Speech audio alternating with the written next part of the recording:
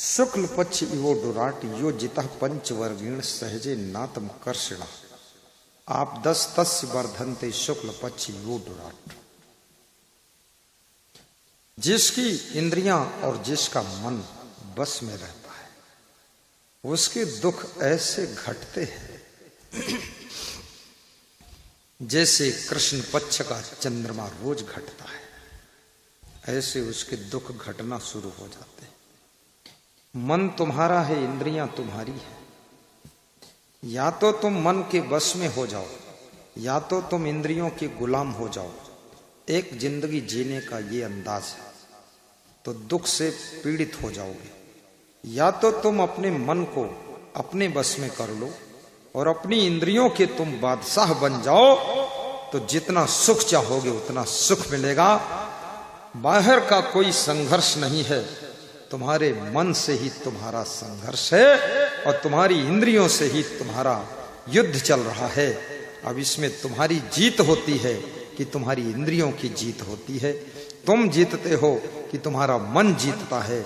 जिनका मन जीत गया उनकी पूरी जिंदगी गुलाम हो जाती है और जिन्होंने मन को जीत लिया उनकी पूरी जिंदगी बादशाहत की तरह गुजर जाती है। बोलिए सद्गुरुदेव की जय हो, जय हो, जय हो, जय हो, जय हो, जय हो। साहेब बंदगी साहेब जय हो, जय श्री राम। मन के जीते जीत है, मन के हारे हार। मन का फंदा जटिल है, फंसा सकल संसार। मन के हारे हार है, मन के जीते जीत। और जिसने मन को जीत लिया दुनिया करती उससे प्रीत, दुनिया करती उससे प्रीत। मन को जीतो। तो मैं आपको बता रहा था, एक आदमी अपने गांव से अपमानित होकर रूठकर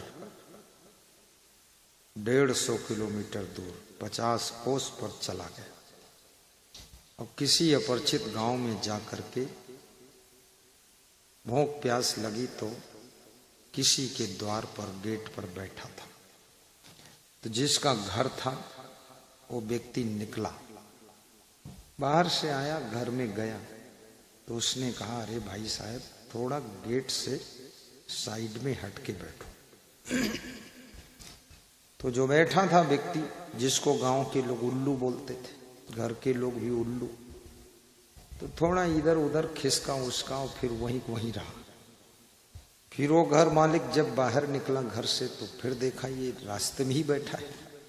फिर उसने कहा, अरे भाई साइड में बैठो। तो फिर इधर उधर हिला डोला लेकिन फिर वहीं बैठा रहा। फिर वो बाहर से कुछ काम करके 10 मिनट बाद आया, वो घर की तरफ गया तो देखा फिर वो रास्ते में बैठा है। तो उसने कहा, यार तुम उल्लू आदमी हो, हटे नहीं रास्ते से, वहीं बैठे, उल्लू कहीं का। तो फिर उसको उल्लू कहा। तो उसने पूछा, एक बात बताओ।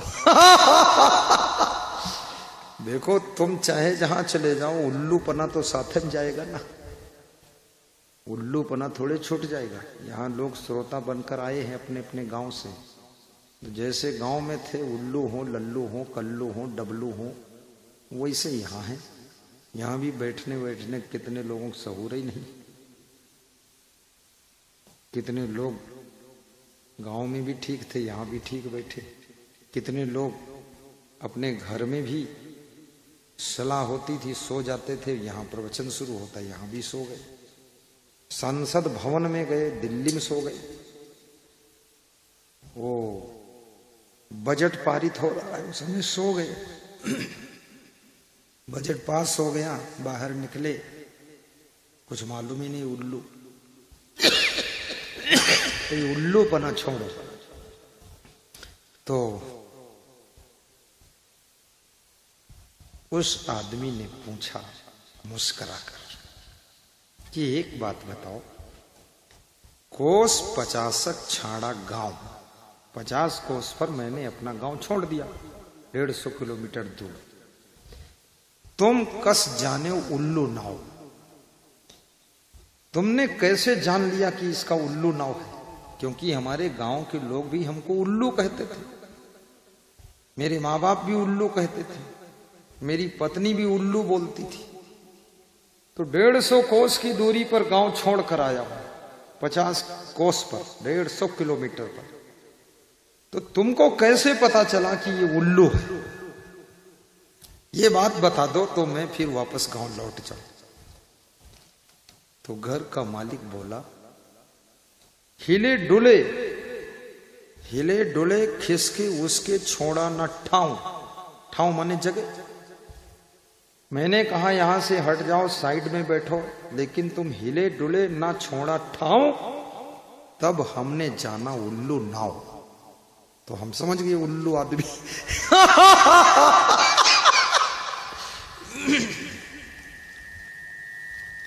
तो इसलिए हमें अपना स्वभाव भी बदलना चाहिए। स्वयं में परिवर्तन करना बहुत बड़ी साधना है।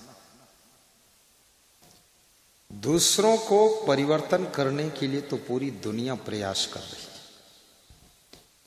लेकिन स्वयं को परिवर्तन करने के लिए कोई बिरले प्रयास करता है कि खुद को बदलना है। और जो स्वयं को बदल सकता है वो दुनिया को भी बदलने की सामर्थ्य रखता है। तुम स्वयं शराब छोड़ सकते हो तो सैकड़ों लोगों की शराब छुड़वाने की शक्ति तुम्हारे अंदर पैदा हो जाती है। स्वयं पहले बीड़ी छोड़ो, सिगरेट छोड़ो, गुटखा छोड़ो, पान मसाला छोड़ो, गुड़ाखू छोड़ो, तमाकू छोड़ो, दारू छोड़ो, अंडा मुर्गी मांस छोड़ो। उसके बाद देखो बिना कहे ही तुम्हारे परिवार के सदस्य छोड़ देंगे। तुम सुधरो पहले।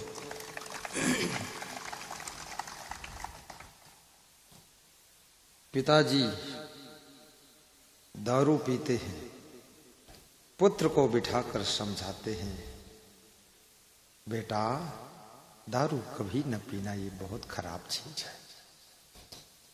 बेटा कहता, जी पापा कभी नहीं पीऊंगा। 5 साल बाद बेटा भी पीने लग जाता है। पिताजी कहते हैं, तुझको मना तो किया था। तो बेटा कहता, पिताजी यदि सचमुच खराब थी तो आप भी छोड़ देते, कुछ तो जरूर रस रहा होगा, तभी तो आप पी रहे थे। आप पी रहे थे तो मैंने सोचा पापा बूढ़े हो गए हैं, मर जाएंगे एक दिन, तो मैं पापा की गद्दी लूंगा, तो गद्दी पूरी तरह से संभालूं तो ठीक है, पापा का उल्लूपना भी आना चाहिए हमें। पापा जो दारू पीते हैं वो हम भी पिएंगे। याद रखना, बाप अगर दारू पीता हो तो बेटे को दारू पीने की जरूरत नहीं। बाप है तुम्हारा ठीक है, लेकिन उसके गुणों को लीजिए, अवगुणों को मत लीजिए। माँ है, पूजनी है, पैर छुओ, सेवा करो, लेकिन माँ की गलतियों को अपने भीतर मत उतारो, क्योंकि माँ 70 साल की है। अब उसकी 70 साल की आदत छूटना कठिन है। तुम तो 17 साल के हो, तुम उसकी आदत मत बनाओ। एक मिलिट्री का जवान मुझसे बोला, गुरुजी अकेले में थोड़ा बात करना चाहता हूं। हमने कहा कर लो। तो अकेले में मुश्किल से मैं मिल पाया, मेरे पास टाइम नहीं रहता है। तो बोला दरवाजे में कुंडी लगा दो। तो हमने कहा बात क्या है? बोले बात बहुत गहरी है,